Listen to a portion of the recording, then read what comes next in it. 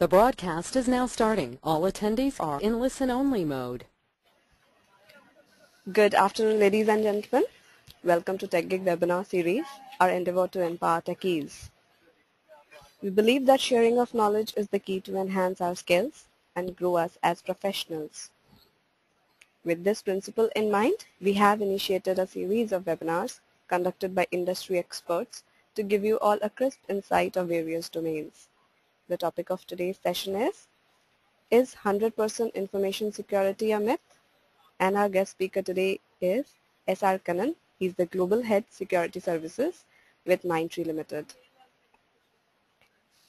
S.R. Kannan has a total of 14 years of experience in the information security domain. He has worked for CIFI Limited, Tata Communications, Verizon Business, and helped them build their security services business. Over the past decade, he has built high-performance teams in the areas of business development, channel management, security technology deployment, security consulting services, and security operations center management. In Mindtree, he is right now in the process of building the security services business by partnering with the various IGs and delivery teams within Mindtree. So, without further delay, I introduce you all to our guest speaker. Over to you, Kannan. Thank you, Aradhana. Good evening, friends. Thanks for logging in.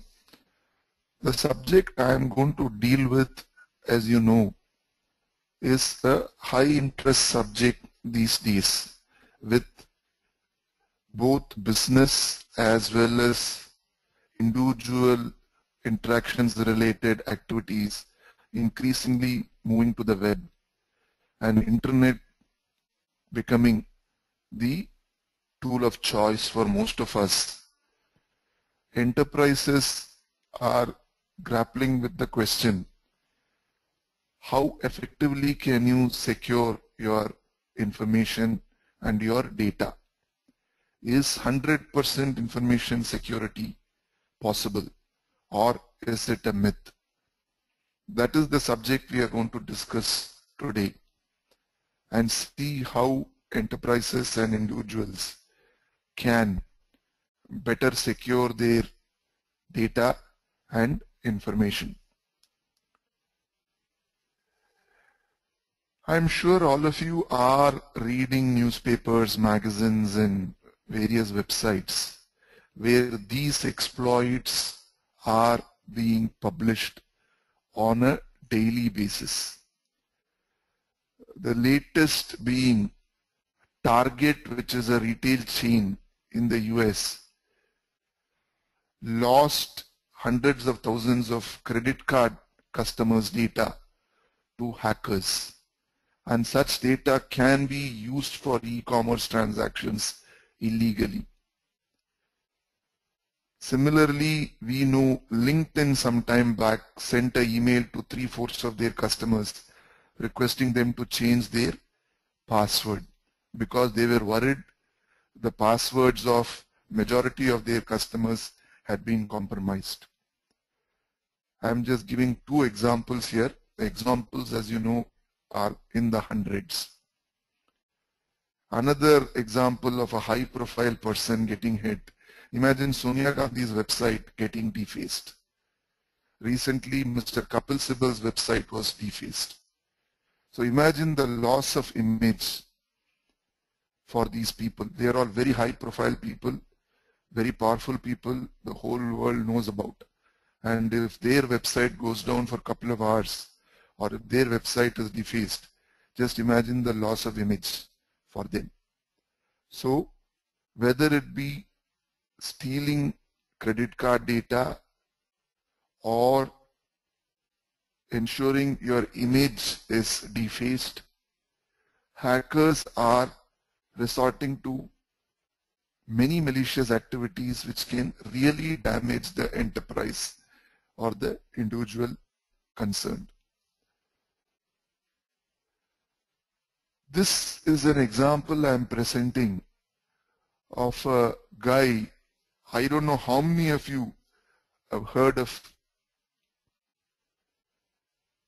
Kevin Mitnick. he was a very popular hacker in the 1990s.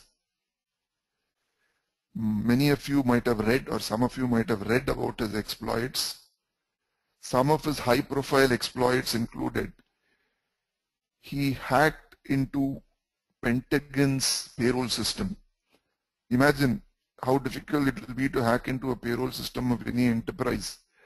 And he managed to hack into Pentagon's payroll system. Pentagon, as you know, is the US security enterprise, the US defense enterprise. Defense operations of US are run from the Pentagon. And imagine someone managing to enter the payroll system of that enterprise.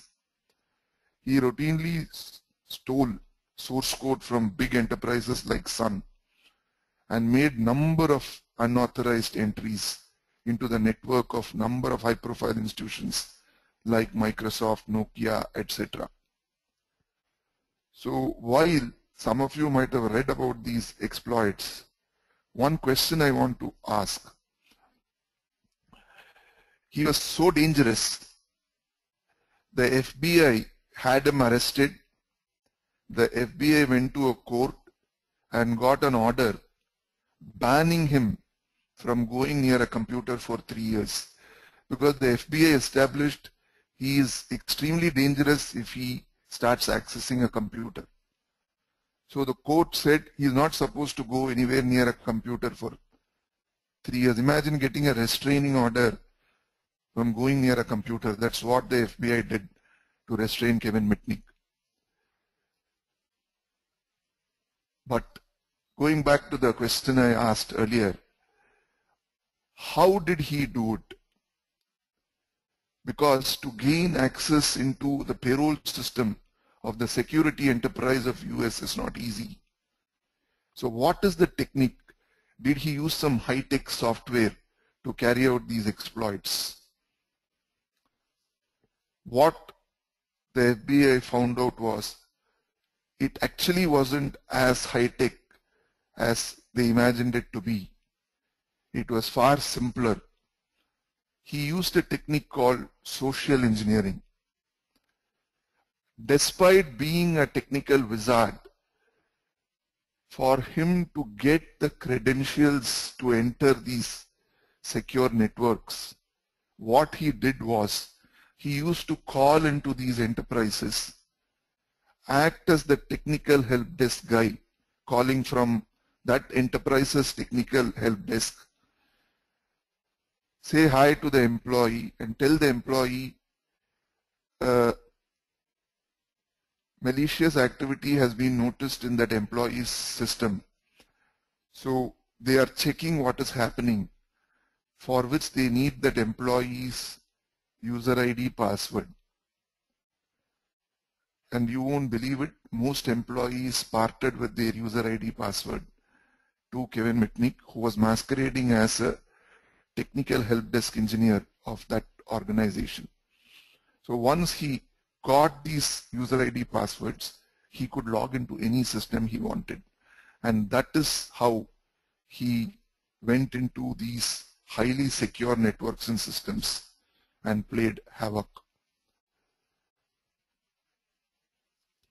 I don't know how many of you have read this recent exploit by an unknown person. Now, Bitcoin is increasingly gaining relevance and popularity as a currency to be used in the internet world by bidding for it and using it for transactions. The largest Bitcoin exchange has closed down and declared bankruptcy a week back. It's called Mt. Gox. The reason they have done that is they have been subject of a denial of service attack and their website has been brought down. So they cannot conduct their business because somebody has entered their site, and you won't believe it, stolen 3/4 billion worth of Bitcoins. So this apparently transacted 60% of Bitcoin in transactions worldwide. So in one exploit, they have stolen 3/4 billion worth of Bitcoins and they have closed down the largest exchange for bitcoins in the world.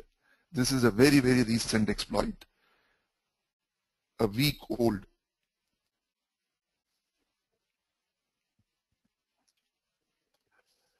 Some exploits I have shared with you. There are also some exploits which you guys would have read.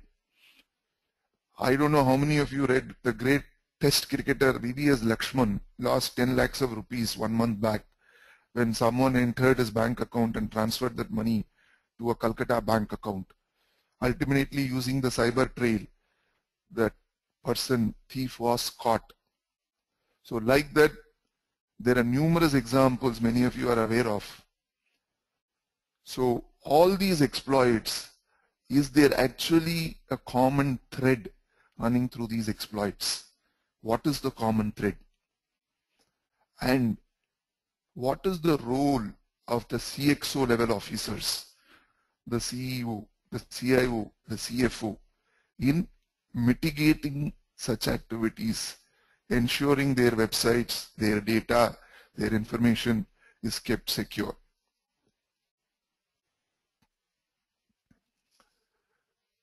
A trend which has been noticed over the past few years. Earlier, these hackers were just doing it for fun.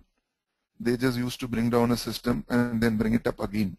They didn't do it for gaining money, gaining popularity, or for any other malicious reason. But what is happening now? I told you the example of the Bitcoin exchange. I gave you the example of Target's website being targeted, credit card information being stolen. So what is now being seen is these hackers are professionals who are intent on real damage, damaging businesses, bringing down businesses, ensuring that commerce is affected in the internet world. They are increasingly also targeting up to the desktop.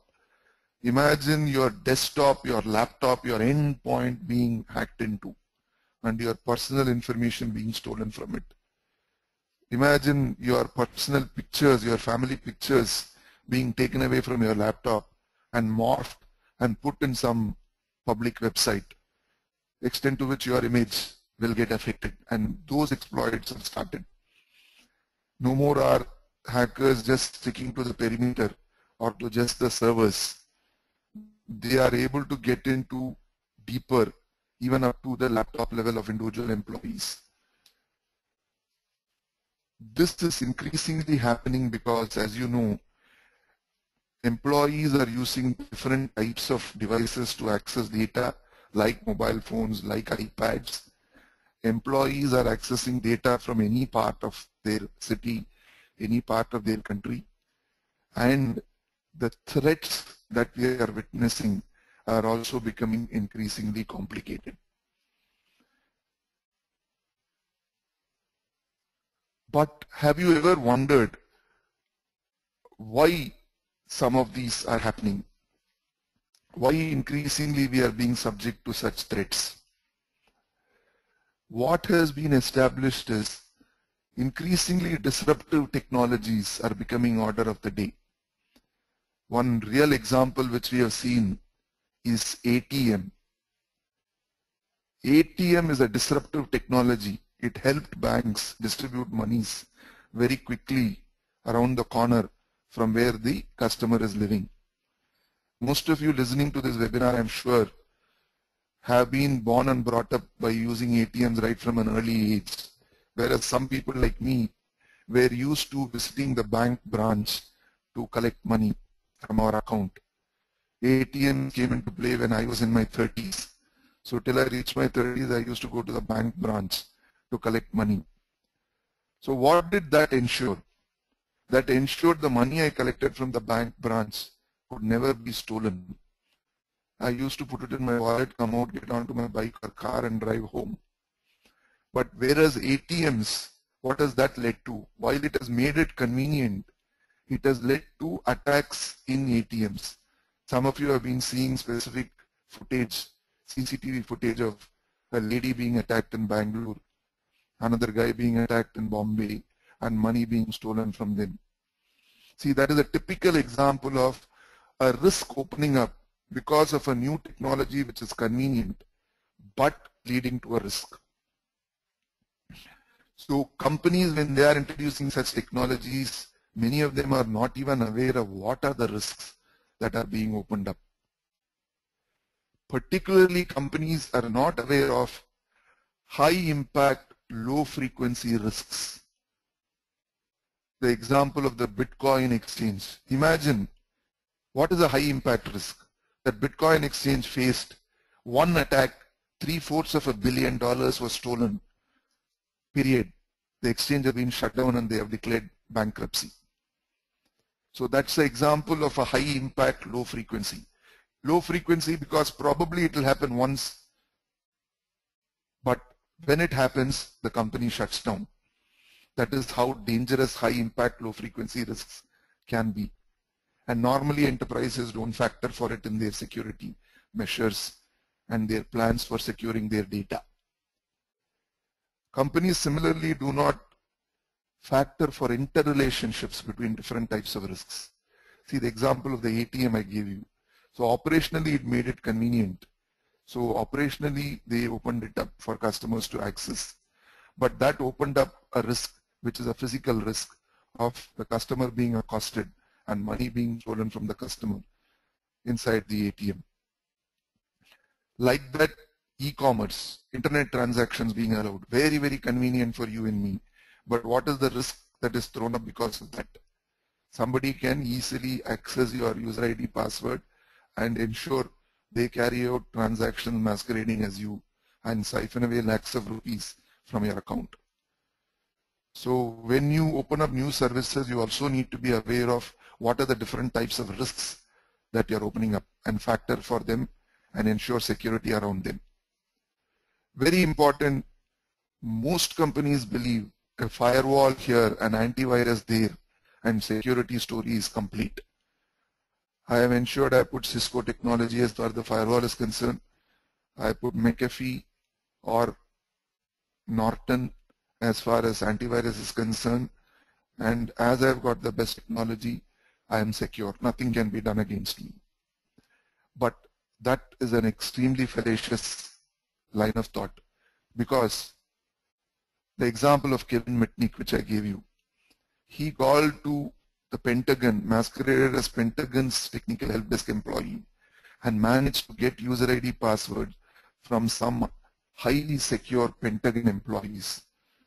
Why did that happen? Because people working in Pentagon were not trained to safeguard their credentials.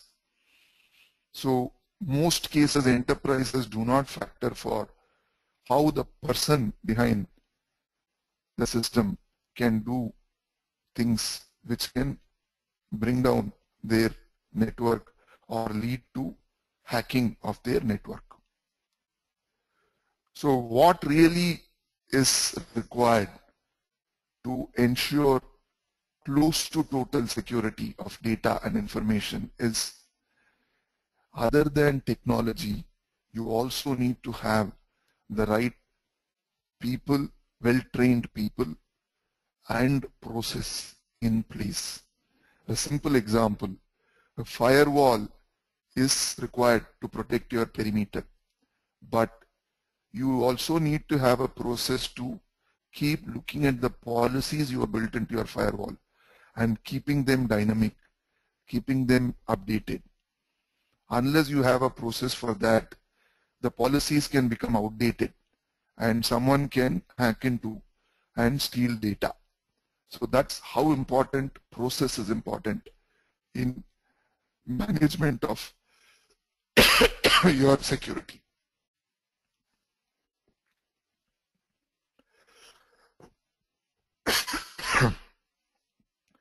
So while installation of good technology is very important, you also need to optimize the functioning of that by aligning people, process, and technology with the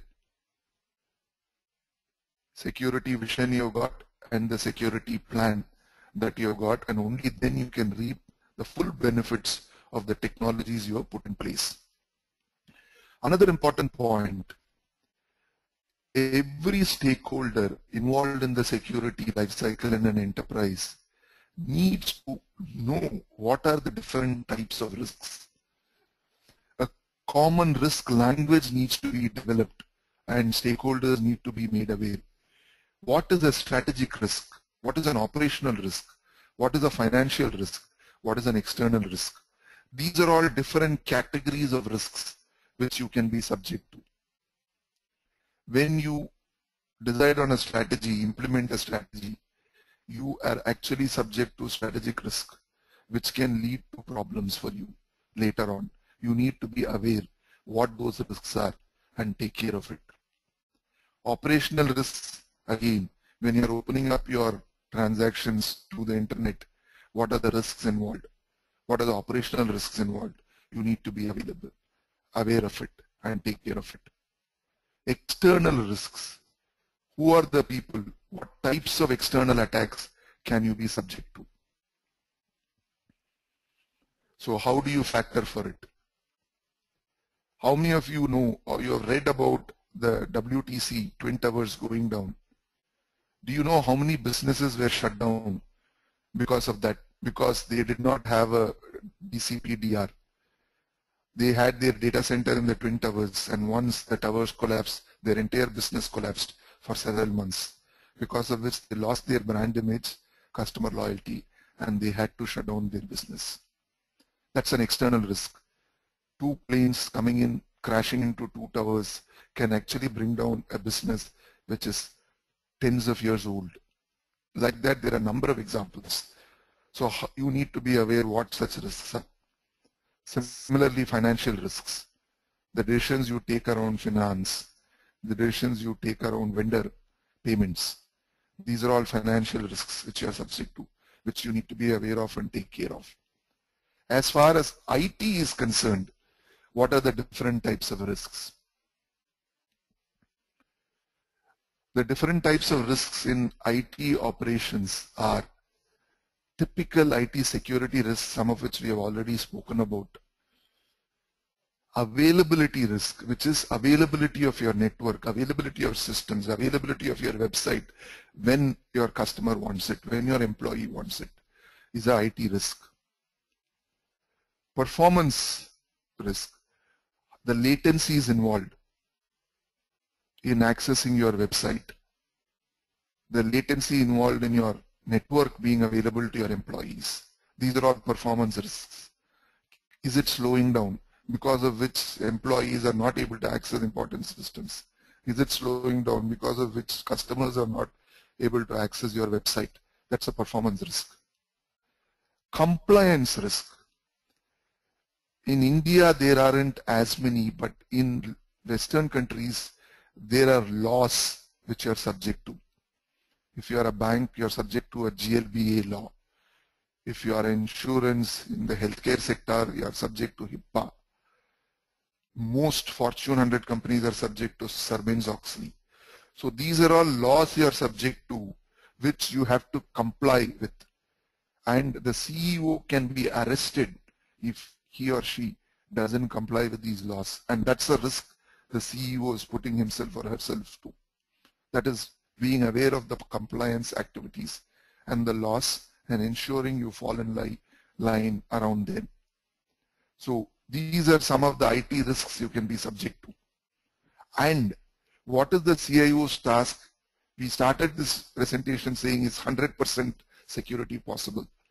Increasingly, what is becoming aware is, while 100% may not be possible, the CIO and CISO, they need to ensure this cube, which is the risk cube, which is subject to threats from the vulnerabilities in your applications, the vulnerabilities in your assets, and threats from outside.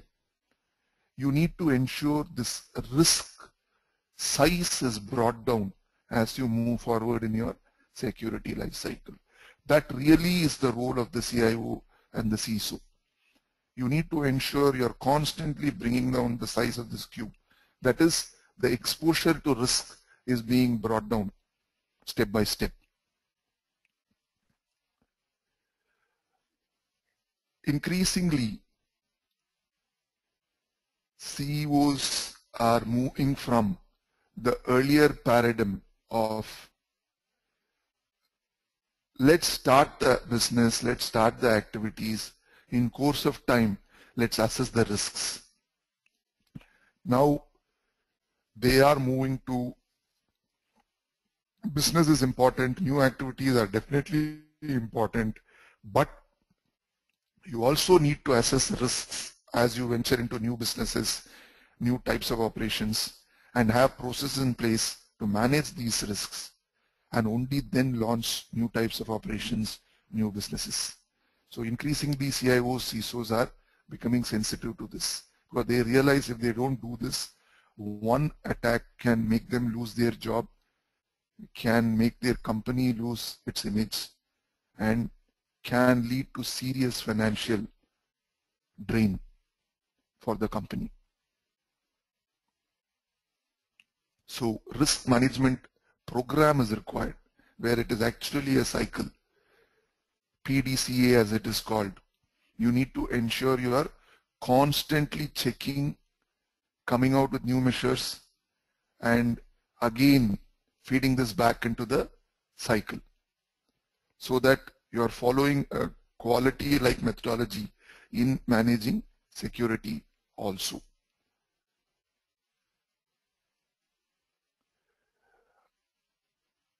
How secure is the usage of user ID and password? See, we have all been brought up on this, isn't it? We believe most companies give us the user ID password for accessing various systems, various assets, various sensitive data. But is this really a secure method? How many phishing attacks have been witnessed where individuals and employees have inadvertently divulged their user ID passwords to hackers? What is a phishing attack? You will get a link which is masquerading as your bank's link. You log in and you enter your user ID password. What has actually happened is your traffic has been routed to a illegal server where your user ID password has been captured. So what you logged into was not your ICICI Bank's link or website. It is a malicious website. And this routinely happens. It happens every day. So what you are seeing is user ID password can be compromised. I have given examples of other ways. You can have a man in the middle where there is a spyware sitting and reading your keystrokes as you type your user ID password on your laptop or desktop. So increasingly organizations are trying to find out what then is a more secure way to enable access to systems. What organizations are finding is one good way is a two-factor authentication system. Some of you might be already exposed to the RSA token way of accessing systems, where your access is based on what you know and what you have principle. That is, you have a token which gives you a passcode, a different passcode every minute. And that is what you have, which is dynamic. What you know is your PIN, which is your personal identification number. So when you want to access, you first type in the PIN, then press the button on your RSA token, get the dynamic passcode, enter it, and start accessing your system. You log out, you enter the system, half an hour later, you need a new passcode. So if someone has seen the earlier passcode, he cannot use it because that passcode has become irrelevant. So this is much more secure than a static user ID password based access. And this has an added advantage of you need not memorize passwords, which is again a painful thing. And very important, it gives an audit trail.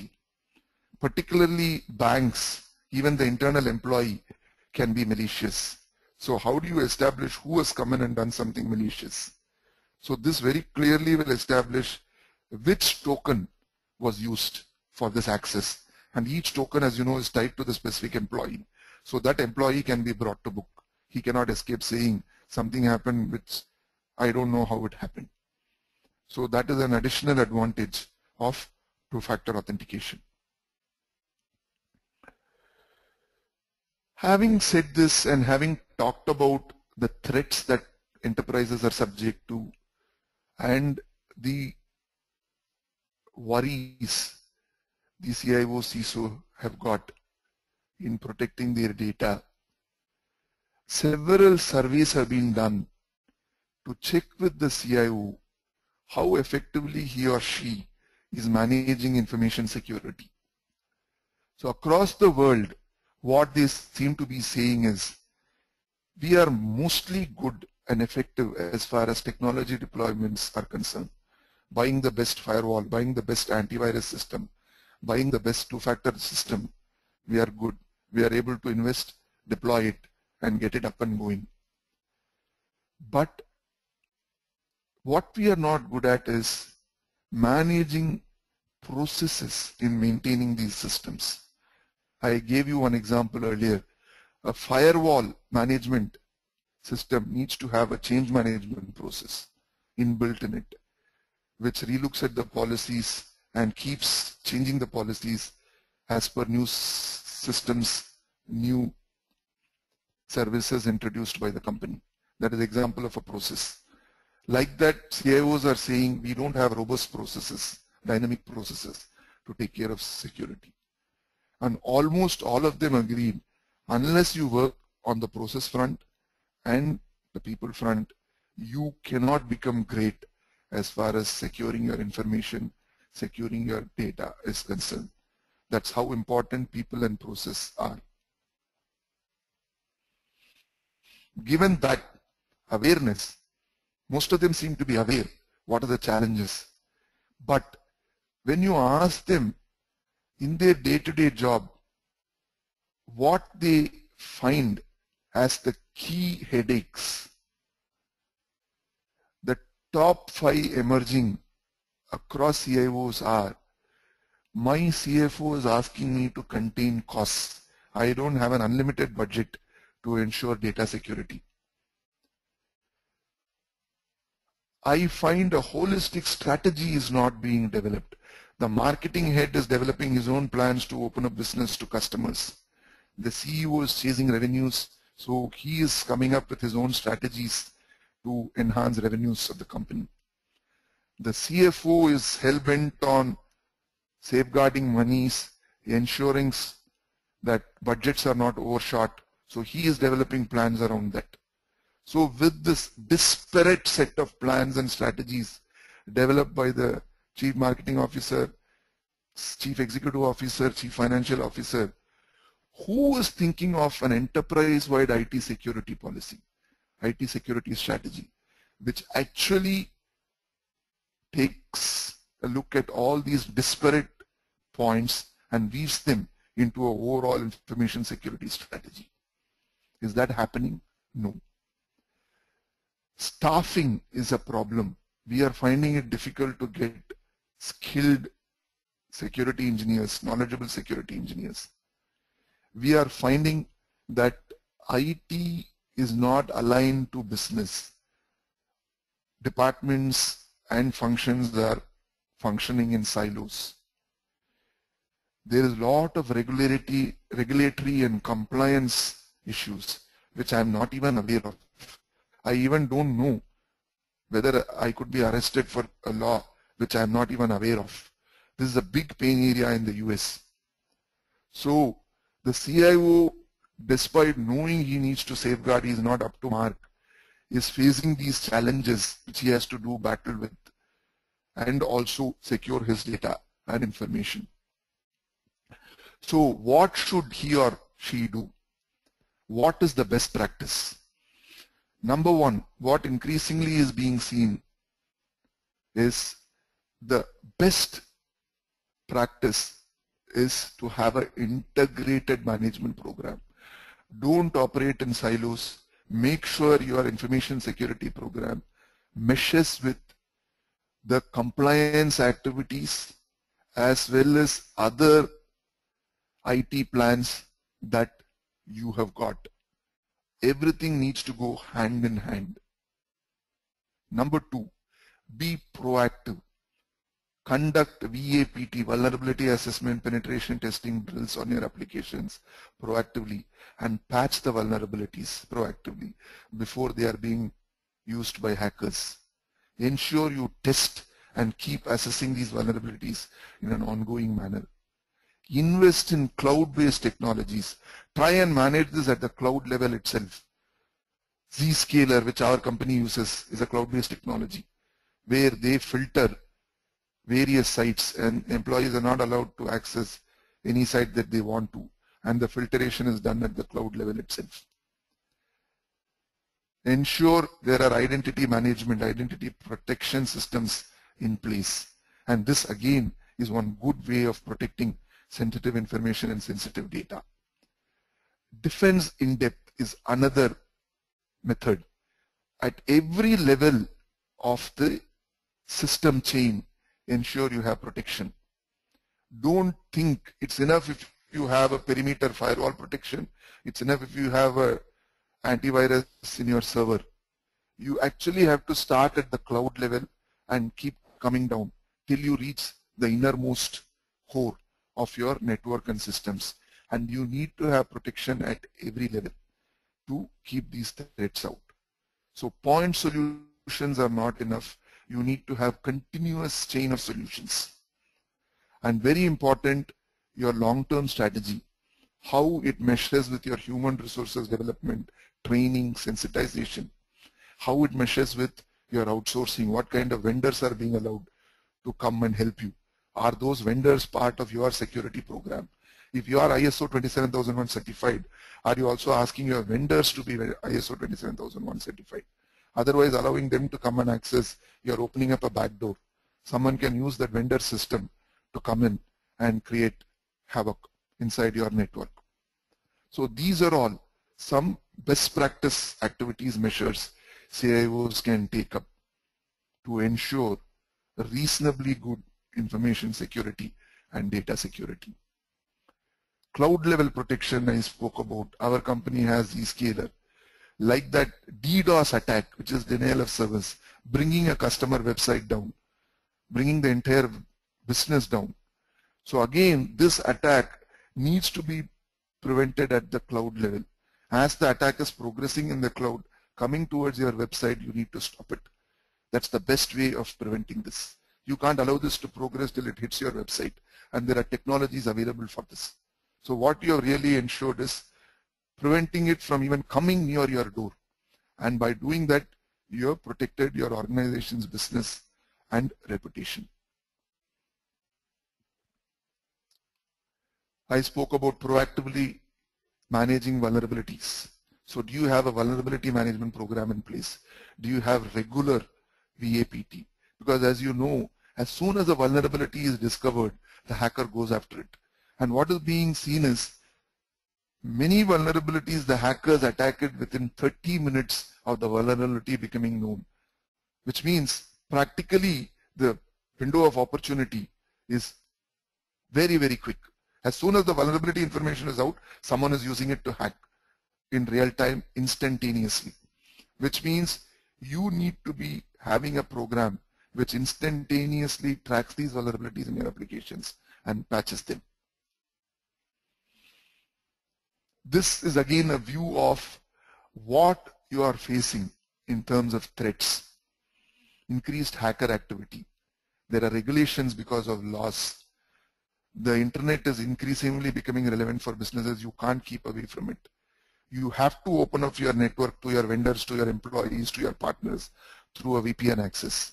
So someone sitting somewhere in a remote location is actually accessing your system, and you can't say no because your business depends on it. So like this, many conditions are actually coming together which can lead to a perfect storm if you are not careful.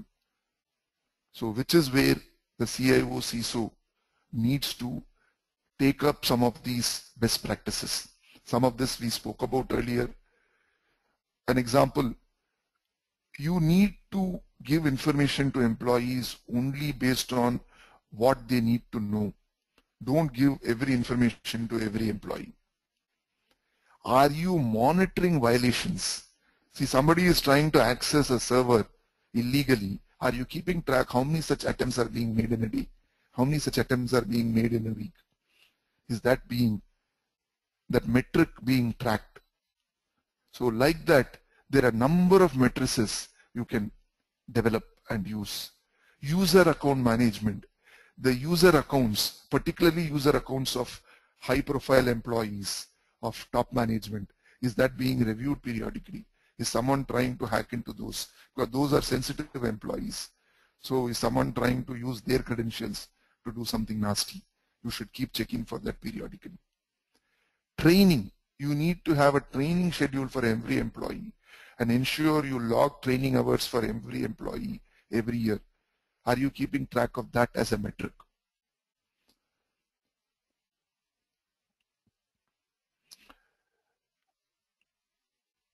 While you can believe that you are doing a good job, what increasingly is becoming known, CIOs are becoming aware, is you are fooling yourself if you are not having metrics and tracking those metrics. Unless you measure periodically, you really don't know whether you are managing it properly or not. The amount of downtime caused by security incidents. Keep track of this, measure this month on month, every year, see whether this is coming down. The number of intrusions detected and prevented. Keep track of this. The number of violations prevented. Keep track of this. The time taken to handle an incident from the alerting stage to the stopping stage. Keep track of this.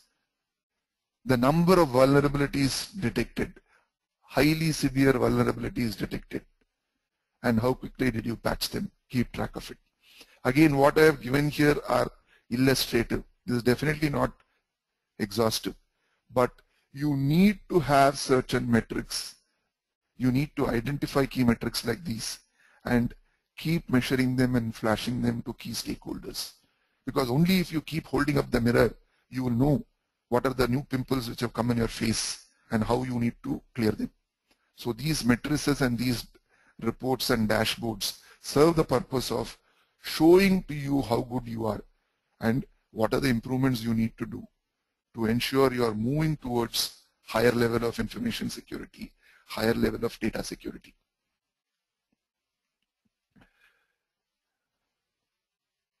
Let me finish with a very startling example. ICICI Bank has got the most high-tech, the most expensive security systems in the world. They do tracking of what is happening in their network every day.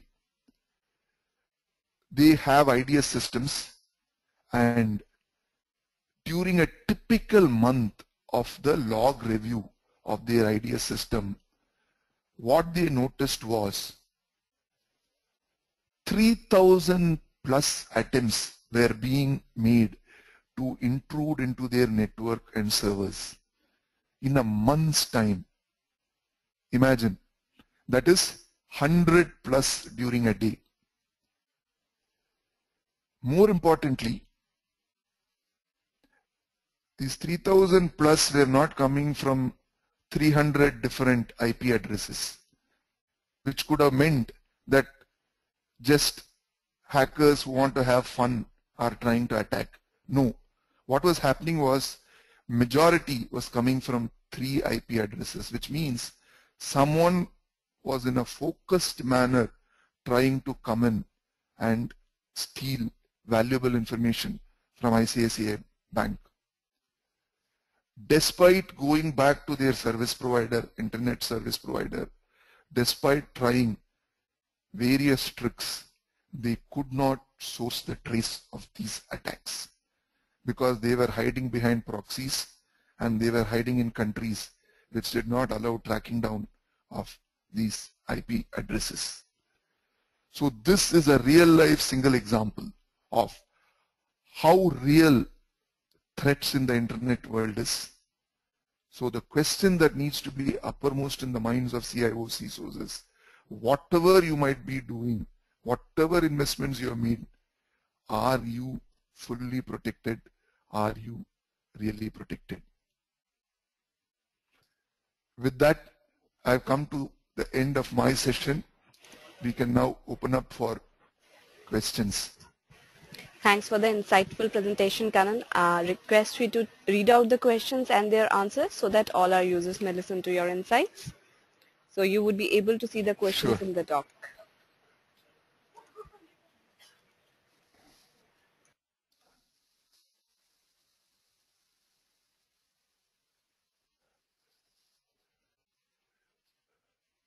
Okay. Good question from Rahul. Is it possible if banks allocate a RSA like hardware token to users for net banking? Good question, Rahul. Yes. ABN AMRO has already issued tokens, RSA tokens. ICICI Bank has tested this for high net worth individual accounts where they have issued tokens. So there are banks, I am just giving you two examples. There are other banks which have already done it with their customers, but the key issue they are facing is the investment involved, because they can't ask the customer to pay for it. So how much will be the investment per customer? And imagine someone like ICICI Bank, tens of thousands of customers who are accessing internet for their banking transactions, each of them being issued a password. How much it will cost ICICI Bank? That is one of the key reasons which is preventing banks from using this technology for their customers. Next question is from Om Prakash.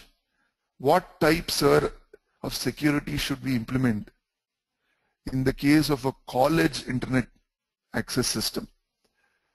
Well, typically user ID passwords is what is being used in colleges, and that seems to be more or less okay, because again colleges cannot invest much in technology and they have to train their students not to divulge these user ID password, keep it secure so that the college systems are not compromised. Because college systems are also being targeted for hackers, because if you bring down the network of, let's say, one of the Indian Institutes of Management, imagine the publicity you will get. So definitely colleges also have to secure their networks in a better manner.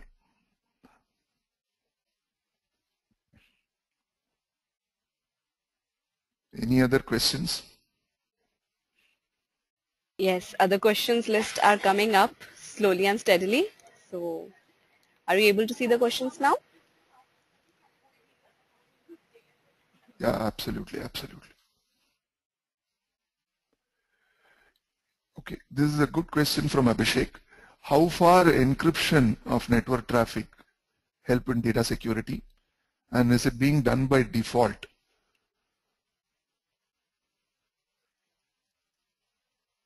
By the firewall? Or if not, how do you incorporate it? Yes, good question.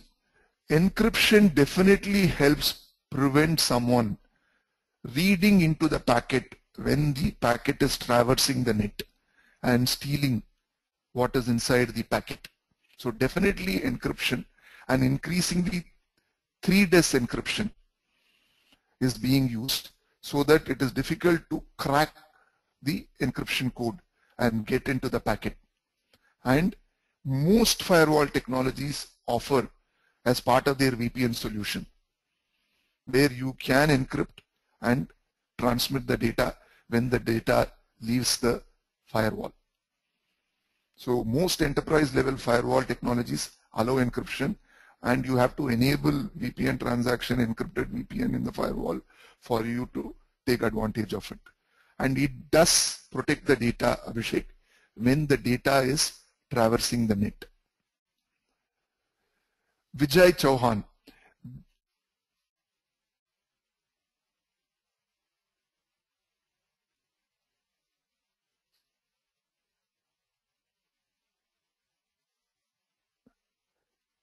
social engineering attacks, his question is, are they restricted to stealing credentials only, or can they be used for other types of malicious activities? Yes, definitely. Because at the end of the day, social engineering is about masquerading as an employee, coming in and doing something malicious. So definitely it can be used for other types also. It's not just to steal credentials. Next question, Lakshman. I have heard of attacks like XSS, SQL injection, etc. on the web applications.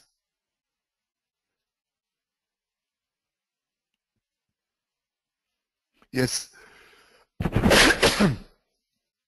There is a whole big list in terms of what kind of application level attacks are typically used. Yeah. Mr. Khan, I'm really sorry to disturb you. Can you please read out the question? Yeah, I just did that. The question was, what type of application attacks, common application attacks, are popular? Can you throw some light on it? So this has been asked by Lakshman. So there are cross-site scripting is a very, very popular attack. SQL injection, which you yourself have put down, is a very popular attack. Like that, there are 4 to 5 different types of popular attacks which are used at the application level, for which you need to protect against, which you can do by doing regular vulnerability assessment, identifying those vulnerabilities which allow these cross-site scripting, SQL injection kind of attacks, and ensure they are patched in real time for you to prevent such exploits from damaging you. Next question is from Kumar. How do we create security KPIs? Very good point. That businesses can understand. Yes. See, preparing matrices, KPIs, key performance indicators, is a very involved activity. And you need to get into a collaborative mode with your customers' CIO organization. You need to understand what are the key performance metrics. Let's say e-commerce organization. Very clearly availability of the site, very clearly performance of the site. I am just giving 2 examples. There are other matrices also which are important for e-commerce organizations. But performance, availability are 2 metrics you need to keep track of. And ensure you keep track of this with a periodicity and flash that report to the CIO. So like that, you sit with the CXO organization, understand their business, find out what will affect them, impact them, and develop your matrices around that. It needs to be business centric rather than technology or service provider centric. That is the rule as far as developing KPIs are concerned. Good question from Vamsi. What framework or standard will help check these issues? Again, there is no silver bullet here.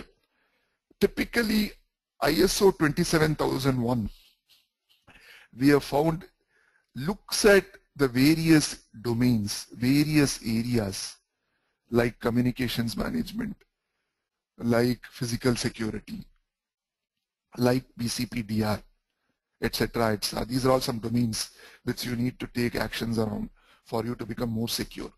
Like this ISO 27001, which is a worldwide standard, has domains, listed down domains around which if you take actions, you are reasonably well secure. And most organizations are taking it up and ensuring that they are putting in place processes around ISO 27001 and also getting certified for it. Next question. What is the balanced approach you would like to follow in order to target security services? So by that, I understand you mean what kind of steps the CIO, CISO has to take to ensure he does not miss out on any area. Like I shared with you earlier, you need to ensure your plans are tied to your business plans, business goals, and business strategy. Your IT security plans need to be tied to your business strategies, business goals. And whatever you take up and do needs to have actions around technology, people, and process.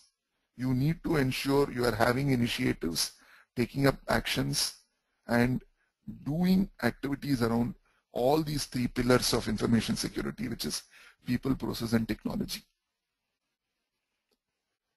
Next question from Vamshidhar. How can they secure as they don't believe much in investing in security? Well, you're right, Vamshi. Looks like you have exposure to customers. Yeah, because most customers, as I said earlier, they have a budget constraint.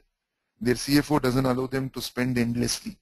So when you go make this presentation which I made to you now, they nod their head, they accept whatever you say, but they say, we have already got a firewall, we have antivirus systems, we have some IDS systems here and there. So come back, Kannan, after a few months, let's discuss. Right now we believe we don't need more. So the only way to tackle this is through education, by giving case studies, by giving examples of how similar enterprises have got hit. And you will find you will strike the right chord if you do that.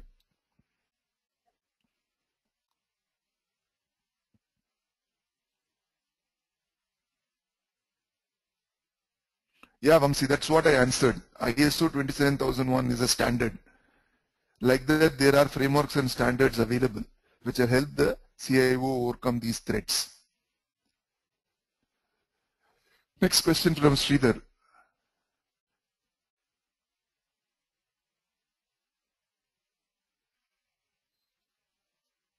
How to get experience in the information security domain and get employed in this domain, which already has experience in IT industry?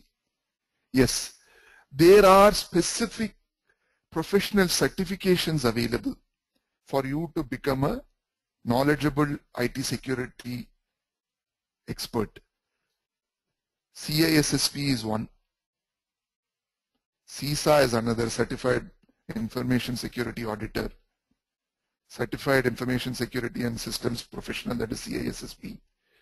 Then ISO 27001 Lead Auditor, Lead Implementer. So these are 4 or 5 good professional certifications available. Typically, many of these are conducted by institutes where you attend a program for a week, 10 days, and at the end of it, clear the certification exam. So ISACA is one institution which provides CISA courses. BSI, British Standards Institution, is another which provides courses and certification programs around ISO 27001. So you have to take up such programs and get those certifications to be acknowledged as an expert and become an expert.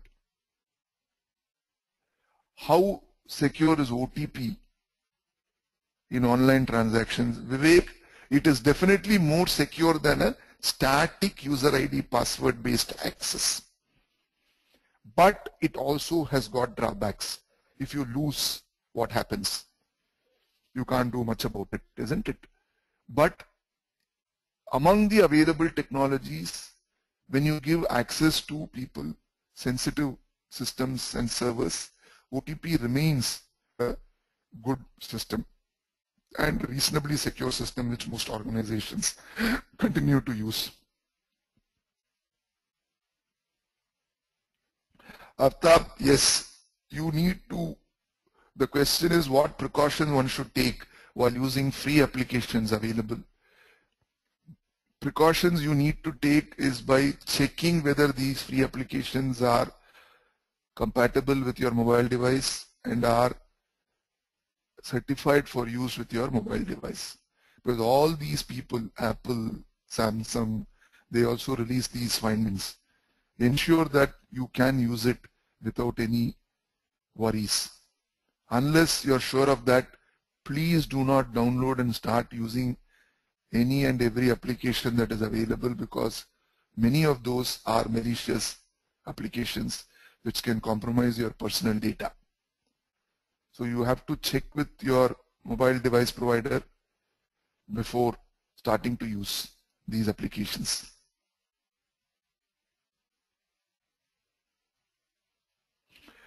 Yashwant is talking about the different types of security encryption, security technologies of data available.